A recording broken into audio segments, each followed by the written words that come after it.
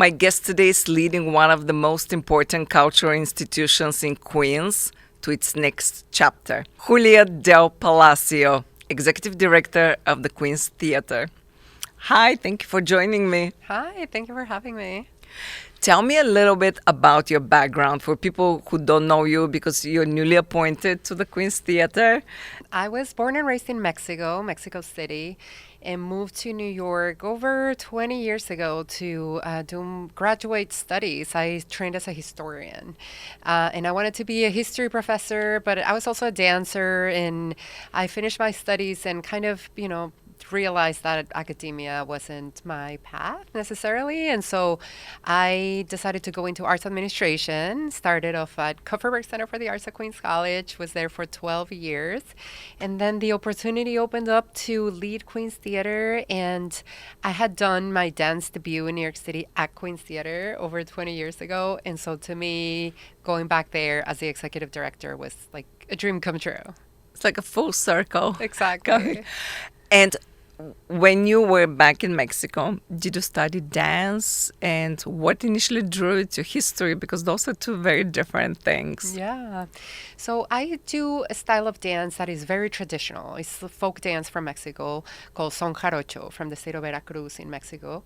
And it's a dance with a lot of history. It's a mix of Spanish, indigenous, and Western African rhythms and movement. And so I felt that dance and history were very related and that tradition needs history. Like tradition, for it to continue to survive, needs to evolve, but at the same time needs to honor its history. And so it was a natural choice for me. And I've always loved history. And part of the reason why I also love Queens Theatre because it's such a historic place. And so I feel again like it's a natural place for me to be in. So when you moved here, you started work also in arts administration. Was there any moment, well, going back to history, but was there any specific moment that you said, you know what, that's not for me? Or it was just this intuition? What was it? I think it was a mix of both. I think I was having the intuition that academia wasn't going to work out for me because it's a hard field to find a job in. That's something that's permanent, that's stable. And most times people have to move out of where they study. Like, for example, I studied in New York City. I went to Columbia University, and I would have had to move to a different state probably to start working on my academic career. And I didn't want to move out of New York City because I had my dance and artistic community here. And it's a very rich community of Mexican Americans, people who love the son jarocho tradition, and I didn't want to leave them. And so I decided I don't want to move anywhere else. And if finding job in academia is going to be so hard in New York City, I want to explore other options. And I started trying to see if there were opportunities for me in especially at Queens College because I had a contact there and they took me through a tour of Colden Auditorium, which is one of the largest venues in Queens, and the backstage and the offices, and I just fell in love. And to me, it was like, I want to work here. I want to work in a theater. I don't, it's fine for me to leave academia. I know history and the studying history will always be part of who I am because I love it. But the theater is what really, makes my, like passion flow. And so when you started working at Queen's Theatre, did you stop dancing or you still were doing it on the side? I was still very much doing it on the side. I was fortunate enough that the work that I was doing at Kupferberg was somewhat flexible. There were times where I could, take some annual leave to do some touring with a project that I was working with, that I could, use some of the lessons that I was learning as an arts administrator to apply to my artistic project as well and some other contacts. And so I feel like it was a nice, a nice relationship between my artistic career and the arts administration. And yeah, I was able to keep both for a long time. And before you, we filmed another show, and Carisha Batan was here, and she's from the Queensborough Dance Festival. And we talked about a lot of the challenges that the dance community experience, and in general, art communities, rehearsal space in Queens, funding. During your years at Queens College and as a dancer, what would you say other challenges besides those two that the art community experiences in Queens? I think, I mean, a rehearsal space is huge, and especially the type of dance that I do is percussive, and so we have shoes that have nails on the soles, and so it is very hard to find places where you can rehearse with those types of shoes because nobody wants their floors damaged, but at the same time, it creates an equity issue where it's like only some dancers are able to access those spaces. Percussive dancers like flamenco dancers or tap dancers or son jarocho dancers, we have to find other ways to work, and that makes it challenging. And of course, there was a time when I had the dream of maybe just live off my art and just be a dancer full time, and that's just not, it wasn't financially feasible for me. And I think that's what happens with so many artists where they have to work so many different jobs and try to really make ends meet. I had the fortune of having this arts administration job that allowed me some flexibility, at the same time gave me the resources to sort of survive at the same time that I could do my art still. And transitioning to Queen's Theatre, was it something on your agenda? Did you had your eye on Queen's Theatre, or also working as an art administrator? Did you feel like you were making difference and you wanted to make more difference in a bigger institution where you have more leadership role? Yeah. What was that transition like? Well, first of all, I was not looking to leave Queens College. I was really happy there. I've been working at the Queens College School of the Arts as well as Cuthbert Center for the Arts and working with students. I mean, I came from academia, so to me, working with students, with faculty was so natural and I loved it. But I always also loved Queen's Theater. I think it's, such a wonderful institution and love the work that Terrence Sacramone, my predecessor, was doing. And I learned through the grapevine that Terrence had decided to leave for a different opportunity and that they were looking for recommendations for names, basically, that could take people who could take her place. And I mean, it took me a weekend to think about it, but I was like, that would be so exciting just to, first of all, advance my career because I think I was ready at that point to take more of a leadership role, but also just, be part of that history. To me, felt like, a dream that I wanted to pursue. And yeah, and it became true. And it's just so exciting. And you're the first Latina executive director. What does that mean for you? It means that I have, I think there's some great expectations, I think, in terms of also where the theater is located in the heart of Corona, Queens, with such a large Latino population. And we serve people from East Elmhurst and Jackson Heights and obviously all of Queens. But because of where we are located geographically and also the communities that come to Flushing Meadows Park that are very largely Latino, I think we can play a larger role with that community. And me being Latina myself, like I feel like I have the obligation almost to do that, to serve those communities and to just apply what I know, my lived experience to serving the community in that way. And is your approach different from the executive director before? And what does that look like with the communities that you mentioned? I think so I'm a dancer, but I'm also a musician in the sense that the dance that I do is percussive, and so it's I provide the percussion to the music when I dance, and so music is such an important part of what I do artistically. And I mean, I have had the privilege of seeing how music impacts audiences and how live music really can change lives. I mean, the same as other performing arts that like theater and dance, but I want to bring in a lot more live music, which I think was not featured as much at the theater before, and so there will be a lot more live music. So stay tuned for that. So, what is one thing that you want people, when they come to Queen's Theater, to experience or feel? I want to be a place where people feel at home, where they feel like they'll have something to go see that's always interesting, that's always culturally relevant, that they can, even if it's not their first choice in terms of like say that somebody loves salsa, maybe we don't have a salsa show that weekend, but we have something else that they might be like, oh, you know what, this looks interesting, let me go check it out, because it's such a welcoming place. It's a place where I feel at home, where I know the people who are taking the tickets, and so I want to really be part of the community.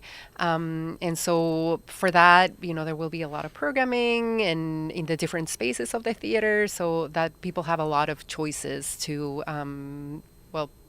to pick when they're trying to find cultural entertainment.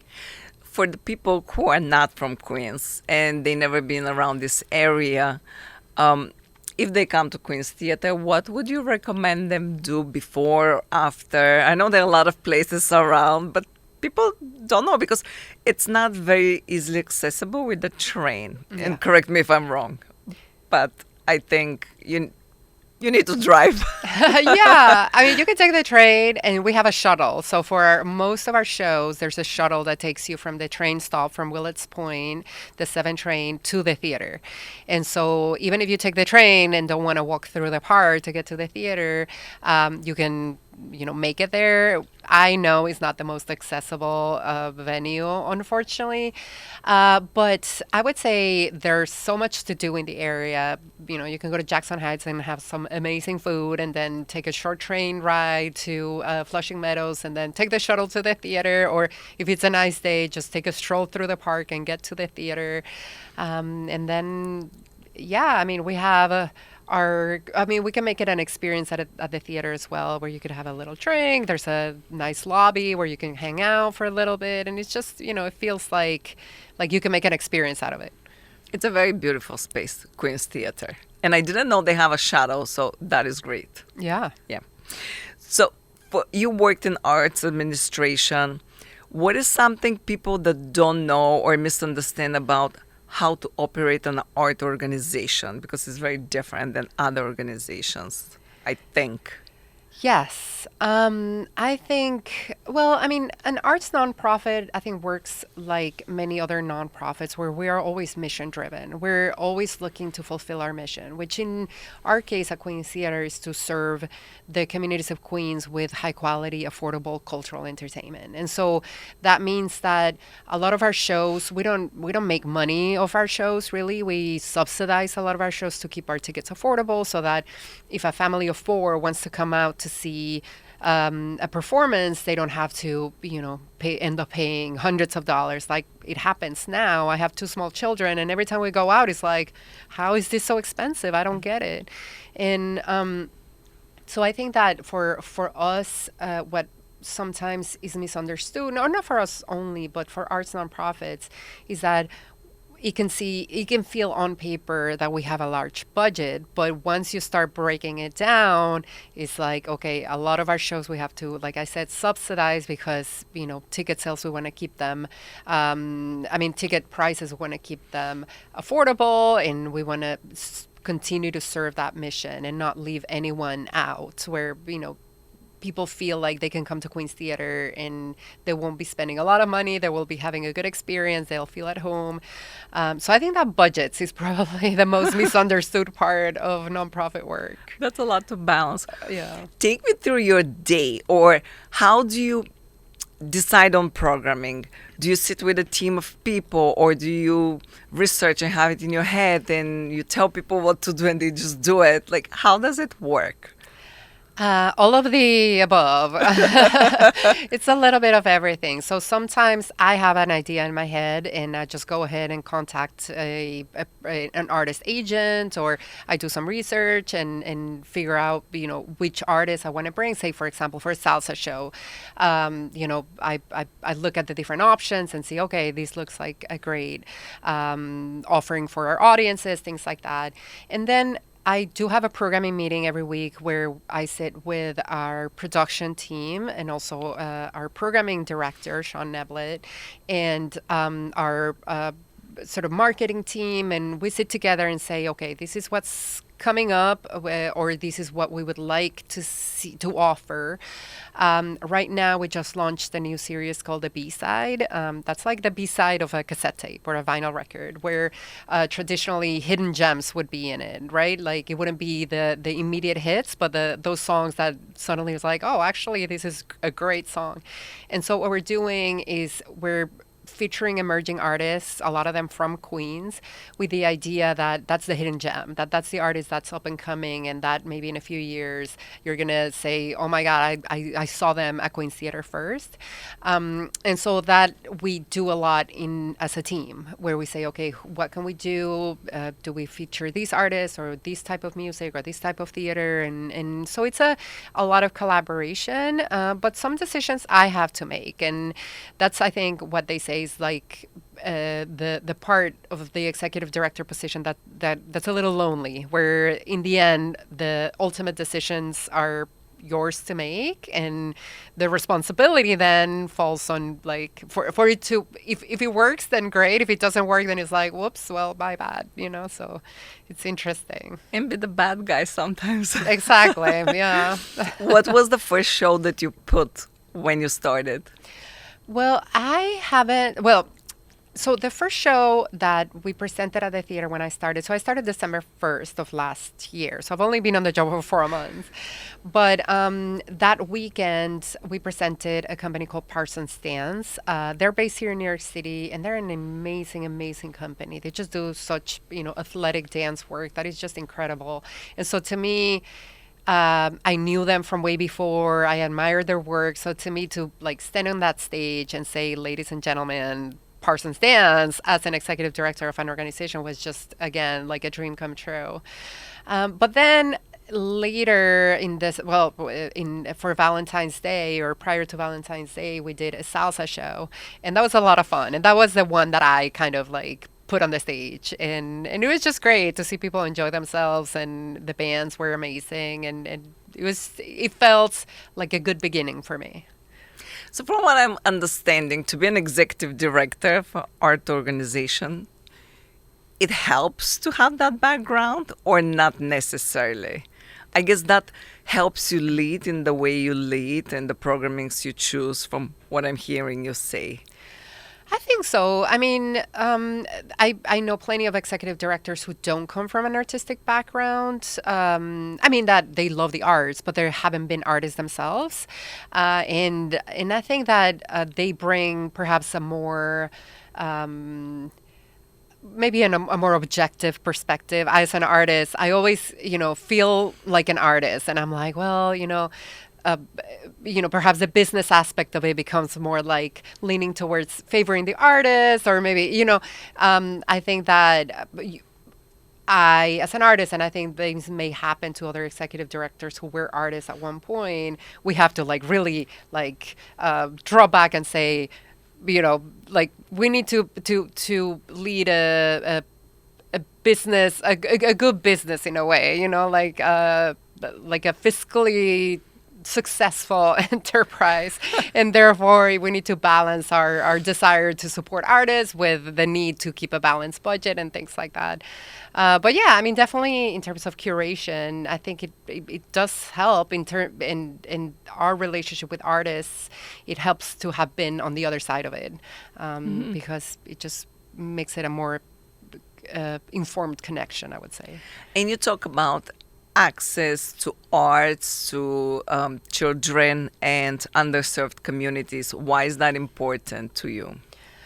I mean, I think that this has become a little bit of a cliche, but I am a true believer that art changes lives, and that really opens people's perspective around things. I mean, the also something that has become a little bit of a cliche. That's like, for example, the universal language of music, where you do have moments where there's no other way to connect but through the arts. Like sometimes people are just not connecting because of different religious or political or ideological uh, agendas or interests, and suddenly the arts become that way for them to be together in the same space and enjoy something together and realize that we have more in common than we think.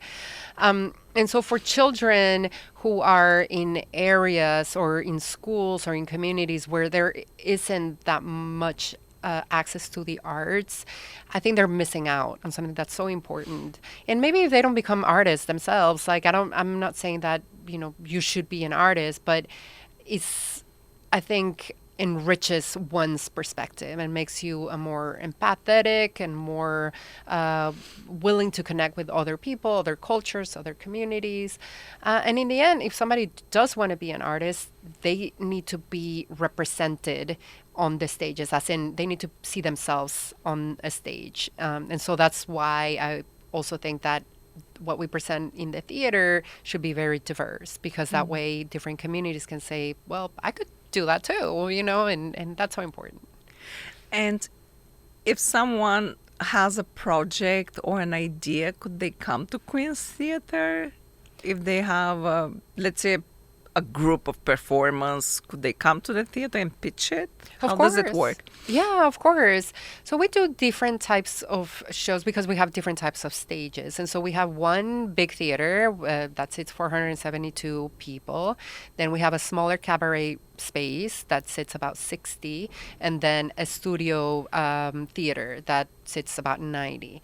And so depending what the project is, or the ability of the project to sell tickets and things like that, we can say, okay, we'll just gonna put you in the cabaret and get that place filled up with people who really want to see you.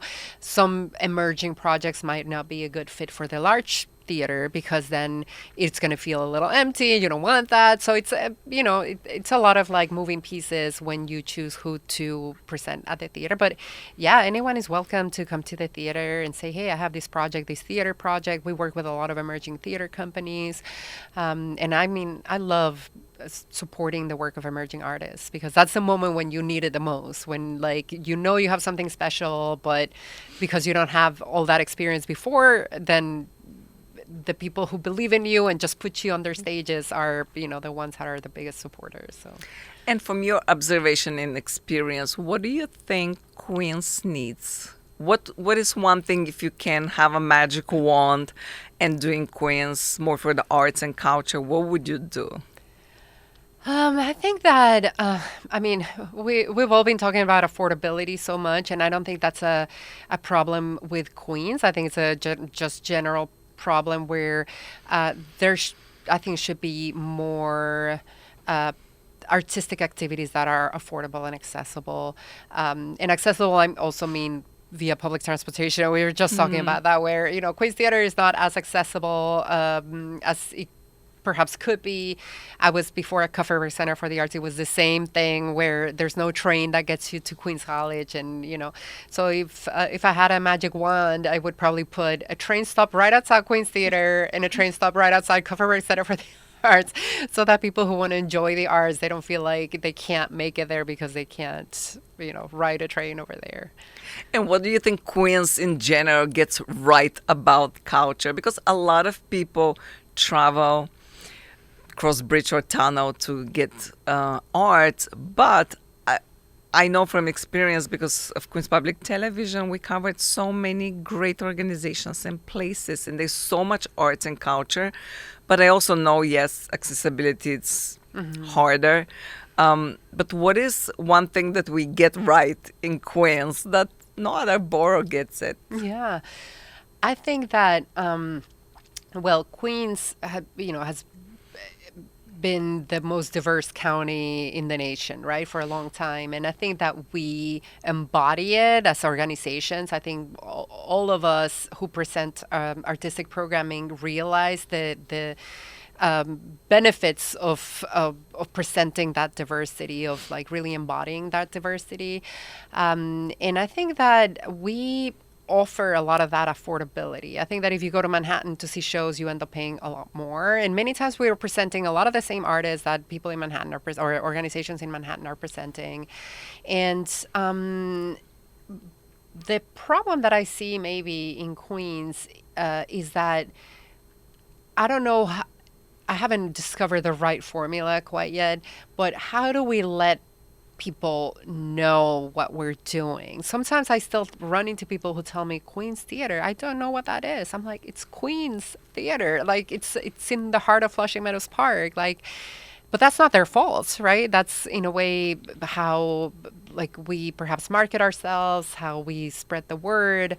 And so what I say sometimes when people talk about the outer boroughs, how Queens is an outer borough, I say, well, an outer borough is a question of perspective. If you're in Queens, then Manhattan is your outer borough, right? Like Yeah. it's your center is Queens, and so I love for Queens Theater to be that center for many people where they feel like, oh, well, I don't have to go to Manhattan. I could just go to Queens Theater and I'll find really quality, high quality entertainment for an affordable price.